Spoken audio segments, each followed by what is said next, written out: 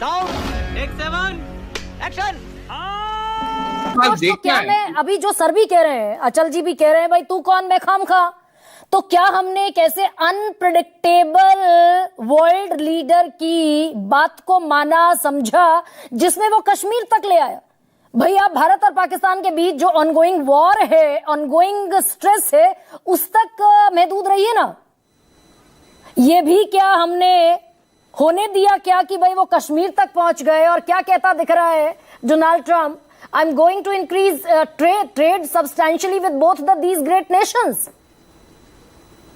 ये सवाल पूछा जाना चाहिए कि ट्रंप किस हैसियत से पाकिस्तान को ग्रेट नेशन बता रहा है, जो कि आतंकवाद को पालने पोसने वाला घोषित टेररिस्ट मुल्क है। आशुतोष, आवाज आ रही है सर आपको? जी बिल्कुल बिल्कुल आवाज आ रही है। देखिए, आप के प्रोग्राम में कई बार मैं कह चुका हूं, मैं किसी जंग के पक्ष में कभी नहीं था, लेकिन मेरा मानना है कि अगर जंग हुई तो फिर उसको उसके लॉजिकल, जिसे कहते हैं ना कि तार्किक परिणति तक लेके जाना चाहिए था।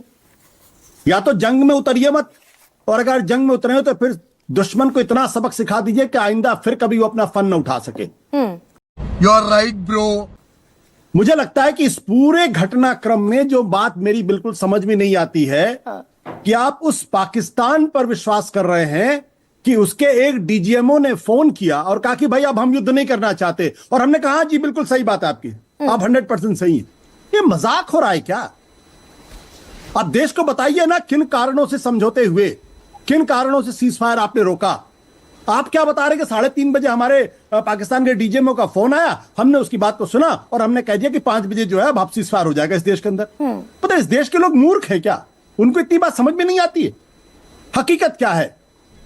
हकीकत जो है क्या, इस हमले का सबसे बड़ा टारगेट कारण क्या था?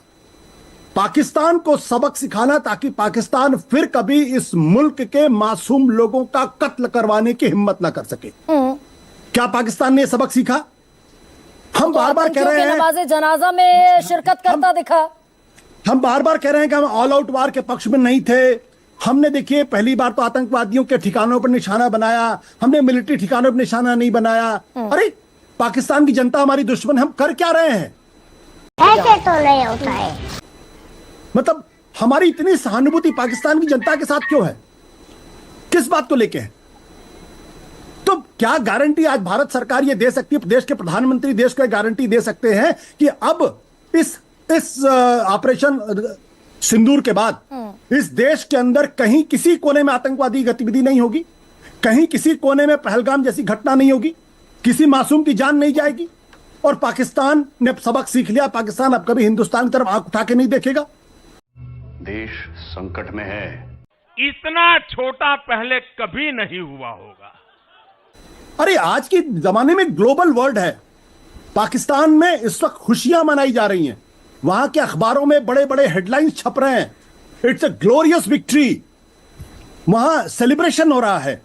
और हम मुगालते में हमारे देश के लोग इस वक्त विषाद में हैं, आहत हैं, दुखी हैं, परेशान हैं कि भाई जब हमारा अपर हैंड था, जब हम पाकिस्तान को वाकई में उसका फन कुचल सकते थे, तब हमने अचानक सीज फायर कर दिया।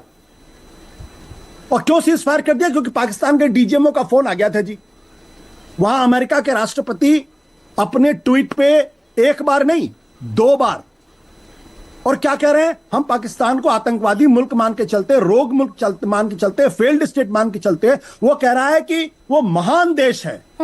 India and Pakistan both are the great nations. बराबर कर दिया उसने। एक झटके। कौन है ये लोग? कहां से आते हैं?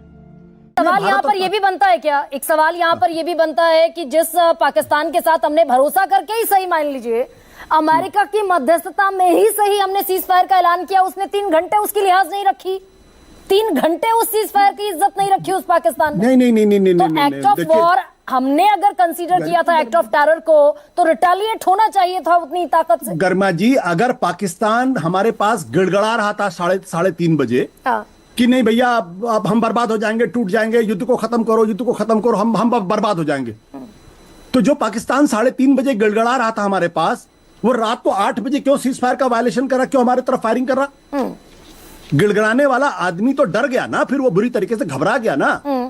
तो 8 बजे के बाद क्यों सीज फायर का वायलेशन कर रहा था? इसका मतलब यह है कि या तो 3:30 बजे वाली खबर गलत है, या पाकिस्तान ने सीज फायर का उल्लंघन किया वो गलत है। सच हमसे छुपाया जा रहा। और तुम्हें शर्म है? कुछ शर्म आया है? दूसरी बात, चलिए पाकिस्तान को कभी सबक नहीं आएगी, और जो लोग बड़े बड़े कहते हैं धूल में मिला देंगे, मिट्टी में चला देंगे, आर पार की लड़ाई है, उनको भी सबक समझ में आ गया। अब मान लीजिए कि कल परसों अगर हिंदुस्तान के किसी कोने में आतंकवादी गतिविधि होती, फिर किसी 10 लोगों का कत्ल होता है, क्या फिर भारत की सेनाएं फिर हमला होगा उसी पाकिस्तान के अंदर? क्या हमने जो बार रेस किया है, हमने जो मोदी डॉक्ट्रिन इस वक्त हमारे सामने है कि तुम एक मारोगे तो हम 10 मारेंगे, तो पहली बात इस बात की कोई गारंटी नहीं कि आतंकवादी गतिविधि नहीं होगी। दूसरी बात, मोदी सरकार ने जरूर एक गारंटी दे दी कि अगर इस देश के अंदर किसी कोने में आतंकवादी गतिविधि होगी और पाकिस्तान का इन्वॉल्वमेंट होगा तो हम पाकिस्तान को घर में घुस के मारेंगे। इस बार फिर हुआ तो क्या देश हमेशा युद्ध के मोड में रहेगा क्या? चौथी बात, जो सबसे खतरनाक बात यह है कि पहली बार हिंदुस्तान के इतिहास में हमने अमेरिका की चौधराहट को स्वीकार कर लिया। 1971 में जब रिचर्ड निक्सन और हेनरी किसिंजर जब भारत के ऊपर दबाव डाल रहे थे, धमकी दे रहे थे कि हम 7वां बेड़ा छोड़ देंगे, तब इंदिरा गांधी ने खड़े होकर कहा था मुझे तुम्हारी जरूरत नहीं, मैं तुमसे डरती नहीं हूं। अच्छा, इमोशनल डैम इट। इसका जवाब सर दिया जाना चाहिए था क्या? ये जो लाइन है जो मेरे दिमाग में और मैंने जितने भी लोगों से बात की सबके जहन में खटक रही है कि क्या कह रहे हैं ट्रंप साहब, additionally I will work with you both to see if after 1000 years सोचिए, जिस इंसान को भारत के इस खित्ते की जियो पॉलिटिकल समझ इतनी हो कि भारत और कश्मीर का विवाद 1000 ईयर्स से चल रहा है, वो ये बाकायदा अनाउंस कर रहा है a solution can be arrived at concerning Kashmir. तो क्या कश्मीर पर तुरंत जवाब दिया जाना जरूरी था क्या, या हमने स्वीकार कर लिया? इसका भी जवाब आज मिलेगा प्रधानमंत्री से। गरिमा जी, मुझे इससे कोई फर्क नहीं पड़ता डोनाल्ड ट्रंप क्या कह रहे हैं, मार्को रूबियो क्या कह रहे हैं, या वहां के जेडी वांस क्या कह रहे हैं। हमें इससे फर्क पड़ता है कि भारत सरकार की प्रतिक्रिया क्या है। अगर 1971 में इंदिरा गांधी हेनरी किसिंजर को और रिचर्ड निक्सन को आंखों में आंखें डाल करके उनको जवाब दे सकती थी, और दुनिया को मालूम है कि हेनरी किसिंजर ने इंदिरा गांधी के बारे में किन शब्द का इस्तेमाल किया था, दुनिया, मैं उस शब्द का इस्तेमाल नहीं करना चाहता हूं। भारत तो डरा नहीं पाई थी रिचर्ड निक्सन, और भारत ने पाकिस्तान के 2 टुकड़े करके दुनिया को बता दिया कि भारत क्या चीज है। आज सही पकड़े हैं राजपूत, क्या अब ये धैर्य रखने का समय है क्या? ये बड़ी ट्रिकी चीजें अब सामने आई डोनाल्ड ट्रंप के इस बयान के बाद। कितना ट्रस्टवर्दी है, कितना भरोसेमंद है, ये एक बिल्कुल अलग विषय है। 3-4 चीजें हैं गरिमा। पहली बात तो ये है कि डोनाल्ड ट्रंप पाकिस्तान के बाप होंगे तो वो पाकिस्तानी माने, उनके प्रधानमंत्री माने, उनका सेनाध्यक्ष माने। हिंदुस्तान के बाप डोनाल्ड ट्रंप नहीं है। बहुत साफ सी बात है, हमारा देश का प्रधानमंत्री नरेंद्र मोदी हैं, हमारे देश के राष्ट्रपति डोनाल्ड ट्रंप नहीं है। इस चीज को समझना होगा। पूरा देश आश्चर्यचकित है कि डोनाल्ड ट्रंप के ट्वीट के बाद ही क्यों सीज फायर हुआ। आप कोई बात करते रहिए डीजीएमओ की बात। डीजीएमओ ने तो पहले भी कहा था, पाकिस्तान ने पहले भी कहा था कि साहब हमारा टेरर में हाथ ही नहीं है। अगर आप मान ले, अगर पाकिस्तान की बात आपको इतनी ही माननी है तो वो मान लेते कि उनका टेरर में, अगर उसका टेरर में हाथ है तो हमें लॉजिकल कंक्लूजन पर पहुंचना है। हमारी सेना की हाई मोरालिटी, हाई प्रोफेशनलिज्म और हाई प्रिसीशन ताकत से हमने उनके 2 दिन के अंदर उनकी ऐसी तैसी कर दी। हमारा सेना पे कोई सवाल नहीं। You are right, bro. सेना के शौर्य की, सेना के साहस की हम सब लोग भूरी भूरी प्रशंसा करते हैं। हमारा राजनीतिक नेतृत्व से सवाल है। राजनीतिक नेतृत्व से हमारा सवाल है कि क्या हमने ऑब्जेक्टिव प्राप्त कर लिए? जवाब आता है नहीं। पाकिस्तान के क्या सिर्फ 9 ही टेररिस्ट कैंप थे और नहीं थे? पाकिस्तान की सेना टेररिस्टों को की मां के रूप में काम कर रही है। क्या पाकिस्तान की सेना डिसमेंटल हो गई? जवाब आता है नहीं। आप बताइए, इतना अभूतपूर्व समर्थन था पूरे देश का, दुनिया का, यानी यहां तक कि मीडिया का। मीडिया ने तो लाहौर को, रावलपिंडी को, इस्लामाबाद को, सारे के सारे को हिंदुस्तान के हवाले कर दिया था, दाखिल खारिज करा दिया था, म्यूटेशन करा दिया था। इससे बड़ा ज्यादा पूरे विपक्ष का सहयोग था आपके सामने। तो हमारा